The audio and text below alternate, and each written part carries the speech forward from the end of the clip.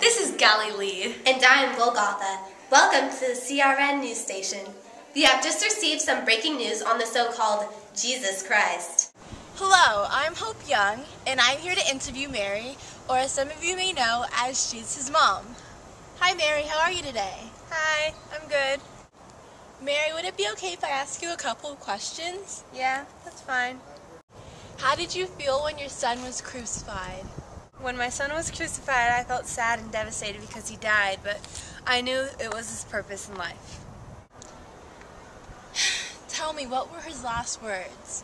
My son's last words were, "Mother, take care of your son," and then he turned to John and said, "Brother, take care of your mother."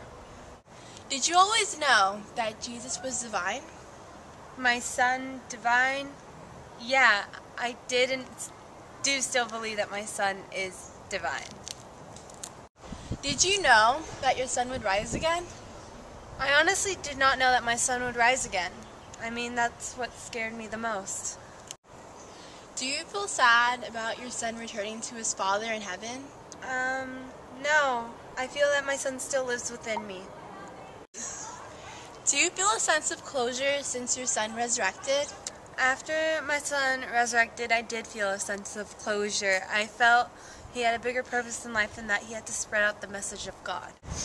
Thank you, Mary, for your time. We all wish the best for you. Back to you, Galilee and Golgotha. I'm Hope Young with Christian News. Thank you, young Hopi. Mary truly loves Jesus and insists he is divine. Jesus' followers continue to mourn, but they also have some positive things to say. Now turning to Kennedy, who is interviewing a couple of his followers. Thank you, Gally. I am here with Peter and John. Peter will talk to you first. Now, Peter, do you believe that Jesus resurrected? Of course. Well, didn't you deny him 3 times? Yes. Why? Well, I denied Jesus because I was afraid. I didn't want to be killed or caught. Alright, how did you deny Jesus the first time? Well, I went to the courtyard with Jesus and the high priest. One of the gatekeepers recognized me and asked if I was a disciple of Jesus. I said I wasn't, and I joined the rest of the group. Did Jesus know that you denied him? Sadly, yes. How did you deny Jesus the second time? I was standing by the fire, and the people asked me if I was a disciple of Jesus, and I said I was not.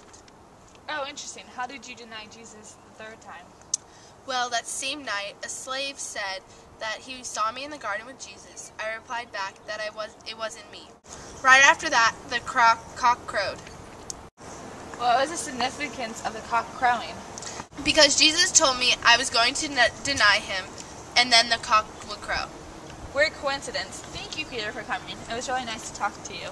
Next, we will talk to John. Hi, John. How are you today? Good. How about you? Good, thank you. Okay, my first question for you, John, is what was your first thought when you entered Jesus' tomb and found out that he was gone? Automatically, I thought of what had happened to his body, and if someone took it, then what were they doing with it? When Jesus said someone was going to betray him, why didn't you do something about it? We all wondered who it could be, but because we didn't know who it was, we couldn't do anything about it. How hard was Jesus' crucifixion on you? Very hard, but I had to trust that he was doing the right thing, as sad as it was. If you could go back in time to stop the crucifixion from happening, would you? No, I wouldn't. Jesus died so our sins could be forgiven. How surprised were you to find out Jesus was resurrected?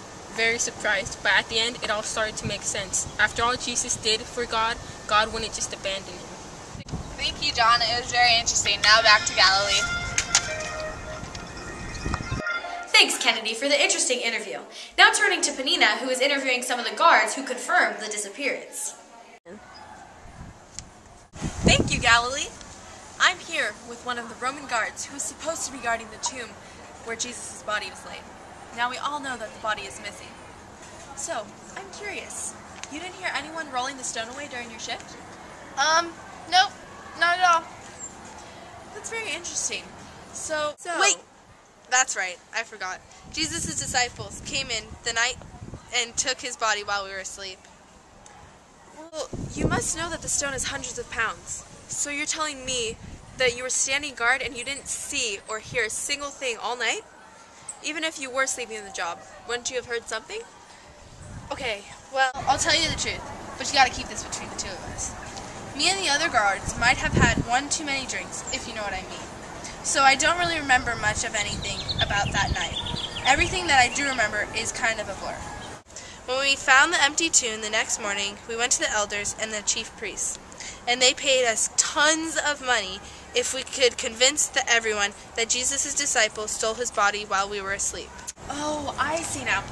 So you guys were sleeping and drinking on the job. So anything you might remember might not have ever happened. Exactly.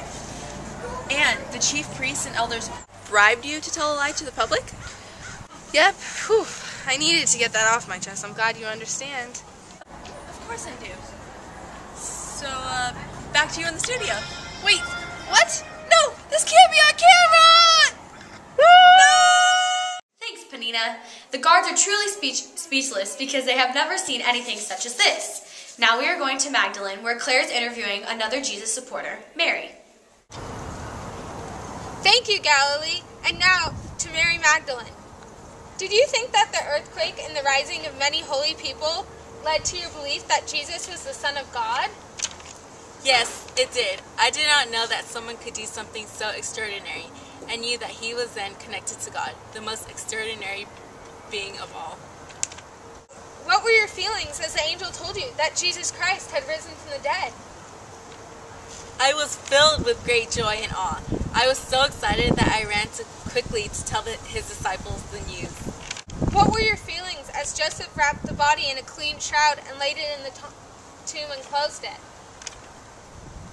I was quite nervous and fearful.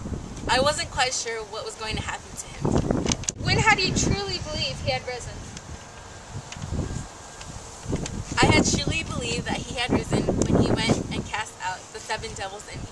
I went to tell the others, but they didn't believe that I saw him and he was alive.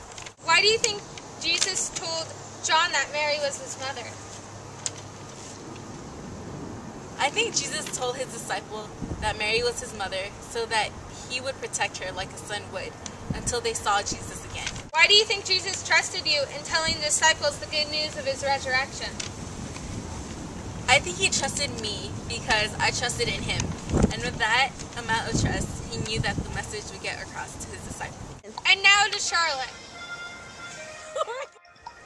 Thank you. Good evening, Pharisee. Thank you for meeting with me today. I appreciate any and all answers you give to my questions. Jesus seems to be a very confusing topic to citizens, so I hope you'll be able to shed some light on this topic. Well, I'm not sure why I came here. This seems pretty pointless, especially since it's all just a big hoax. I have more important things to do than this. Okay, I suppose I should start right off the bat. What do you think of Jesus? I think he was simply an imposter and a lunatic who thought for some crazy reason he was divine. Interesting. What exactly happened after he was killed? Was there a commotion? After Jesus had been killed, exactly as he should have been, I appointed a few guards to watch over the tomb so there wouldn't be any funny business. Why did you appoint guards if you didn't believe he would rise? Since people were claiming he was to rise, I appointed the guards to make sure there wouldn't be any pretend rising from them stealing his body. That's what happened. My guards decided to take a nap, and during that time, one of the apostles must have stolen his body. I'm confused. Why do you believe the guards fell asleep? That's not really important. Next question.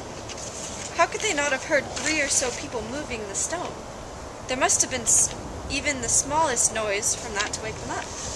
I'm a Pharisee. When I ask you to go on to the next question, you must. Well, it seems to me like it could be important to our viewers.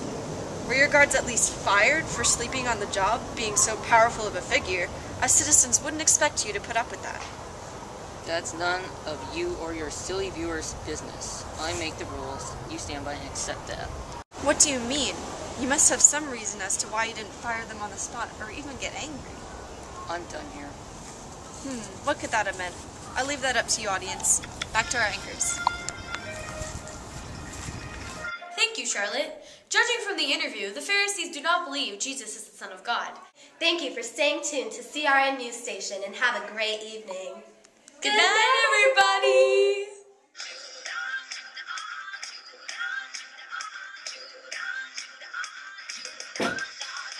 Hello, this is Galilee. And I am Golgotha. Welcome to the CRN News Station.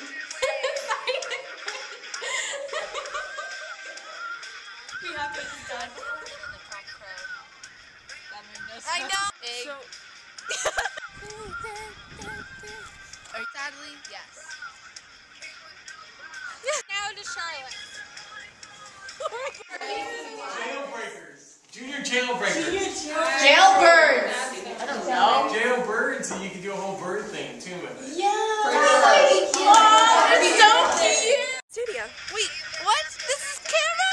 No!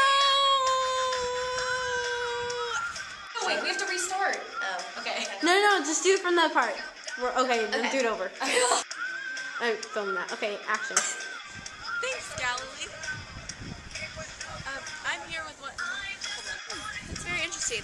So,